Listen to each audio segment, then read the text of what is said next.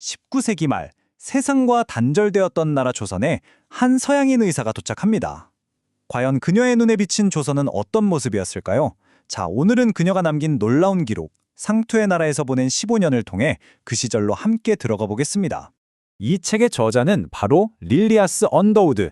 당시 은둔의 왕국이라 불리던 조선에 정착한 최초의 서양인 여성 의사 중 한 명입니다. 그녀는 단순한 이방인이 아니었어요. 역사의 격동기, 그 한가운데서 모든 것을 생생하게 목격한 증인이었죠. 과연 그녀의 기록에는 어떤 놀라운 이야기들이 숨어 있을까요? 1888년 드디어 조선 땅을 밟은 그녀가 이런 기록을 남겼습니다. 와, 이 말에서 느껴지지 않으세요? 낯선 땅에 대한 두려움보다는 이 사람들을 정말 돕고 싶다는 그녀의 그 간절한 마음이 말이에요. 자, 그럼 그녀의 첫걸음부터 따라가 보죠.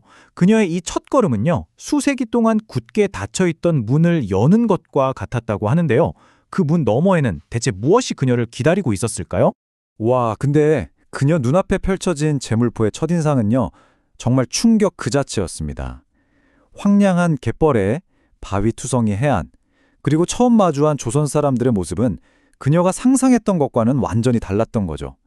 마치 다른 행성에 불시착한 기분, 아마 딱 그랬을 겁니다. 제물포를 뒤로하고 그녀는 드디어 조선의 심장부인 수도 한양에 도착합니다. 그런데 여기서 그녀는 더 믿기 힘든 풍경을 보게 돼요.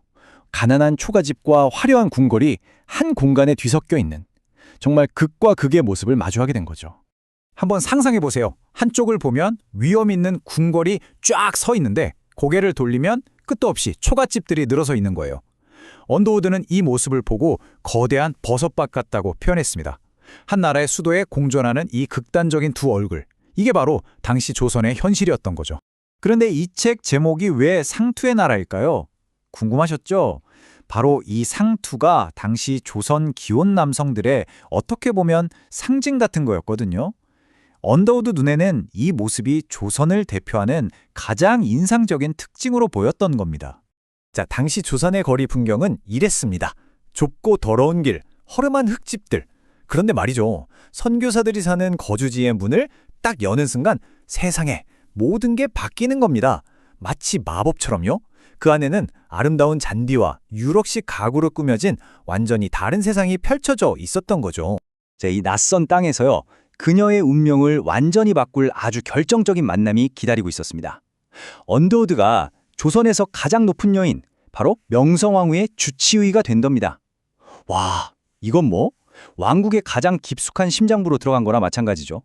언더우드가 처음 마주한 명성황후의 모습에 대해 이렇게 썼어요. 그러니까 그냥 예쁘다 이런 차원이 아닌 거죠. 그 얼굴에서 강인함과 날카로운 지성을 딱 읽어낸 거예요. 아, 이분이 보통 분이 아니구나. 한나라의 국모가 지닌 무게감과 카리스마를 첫눈에 알아본 겁니다. 시간이 흐르면서 언더우드는 왕비의 진짜 모습을 점점 더 알게 돼요.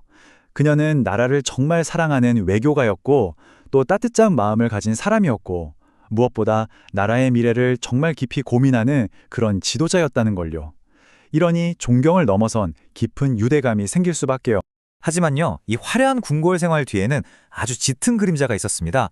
왕비는 그 막강한 권력에도 불구하고 시아버지인 흥선대원군과 정말 극심한 정치적 대립을 하고 있었거든요.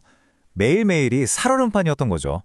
왕비마저 매일 신변의 위협을 느끼던 시절이었으니 그럼 수도에 살던 평범한 외국인들은 어땠을까요? 네, 당시 서울은 정말 흉흉한 소문과 폭동의 위험이 늘 도사리는 아주 위험한 곳이었습니다. 당시 서울을 뒤흔들었던 정말 끔찍한 소문이 뭔지 아세요? 바로 이거였습니다. 서양인들이 조선 아이들을 훔쳐서 잡아먹는다. 세상에, 상상이나 할 수 있겠어요? 이 말도 안 되는 유언비어가 걷잡을 수 없는 공포와 분노를 낳았고 결국 아기 소동이라는 끔찍한 폭동의 불씨가 되고 맙니다. 상황은 정말 순식간에 나빠졌어요. 끔찍한 소문이 분노를 낳고 그 분노가 거리를 휩쓰는 폭도로 변해버린 거죠. 외국인들은 정말이지 일촉즉발의 위기 상황에 놓였습니다. 아, 이제 다 끝이구나 싶던 바로 그 순간 드디어 정부가 나섭니다. 유언비어를 퍼뜨리는 자는 엄벌에 처하겠다, 이런 포고령이 내려지고 나서야 이 끔찍했던 아기 소동이 겨우 막을 내리게 된 거죠. 정말 아슬아슬했어요. 그녀의 초기 모함 중에서 진짜 하이라이트는 바로 신혼여행이었습니다. 근데 이게 그냥 평범한 여행이 아니었어요. 이전까지 그 어떤 서양 여성도 감히 시도조차 못했던 말 그대로 개척의 여정이었거든요. 그때 사람들 생각은 다 똑같았어요. 저거 불가능하다. 외부와 완전히 단절된 조선 내륙은 위험으로 가득 찬 미지의 땅이었으니까요. 과연 서양 여자가 저기서 살아남을 수 있을까? 이건 그냥 궁금한 정도가 아니라 생존의 문제였던 거죠. 그들의 여정은 정말 말 그대로 시련의 연속이었습니다. 제대로 된 길도 없는 험준한 산길을 지나야 했고 벌레가 들끓는 주막에서 새우잠을 자야 했고요.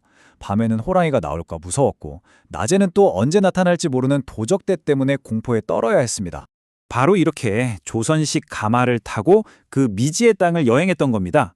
지금 보시는 이 모습이 바로 역사에 기록된 첫 번째 서양 여성의 조선 내륙 탐험 장면인 셈이죠. 그런데 정말 놀라운 건요. 이 모든 역경에도 불구하고 그녀가 이 여행을 최고의 기쁨이었다고 회상했다는 겁니다. 와, 이 말 한마디에서 알 수 있죠. 두려움이나 불편함 이런 걸 그냥 압도해버리는 그녀의 강한 모험정신과 사명감을요. 결국 이 고된 신혼여행은 그녀를 완전히 다른 사람으로 만들었습니다. 더 이상 단순한 이방인 의사가 아니라 조선의 진짜 맨얼굴을 마주한 진정한 개척자가 된 거죠. 이 경험은 앞으로 그녀가 조선 사람들을 더 깊이 이해하고 돕는데 정말 무엇과도 바꿀 수 없는 큰 자산이 되었을 거예요. 릴리아스 언더우드의 여정은 사실 그냥 한 개인의 모험담으로 끝나지 않습니다. 그녀의 이야기는 오늘을 사는 우리에게도 질문을 던지는 것 같아요. 격동의 시기, 변화의 기로에 서 있던 한 나라의 운명 속에서 한 이방인의 눈에 비친 그 생생한 기록이 오늘날 우리에게는 과연 무엇을 말해주고 있는 걸까요?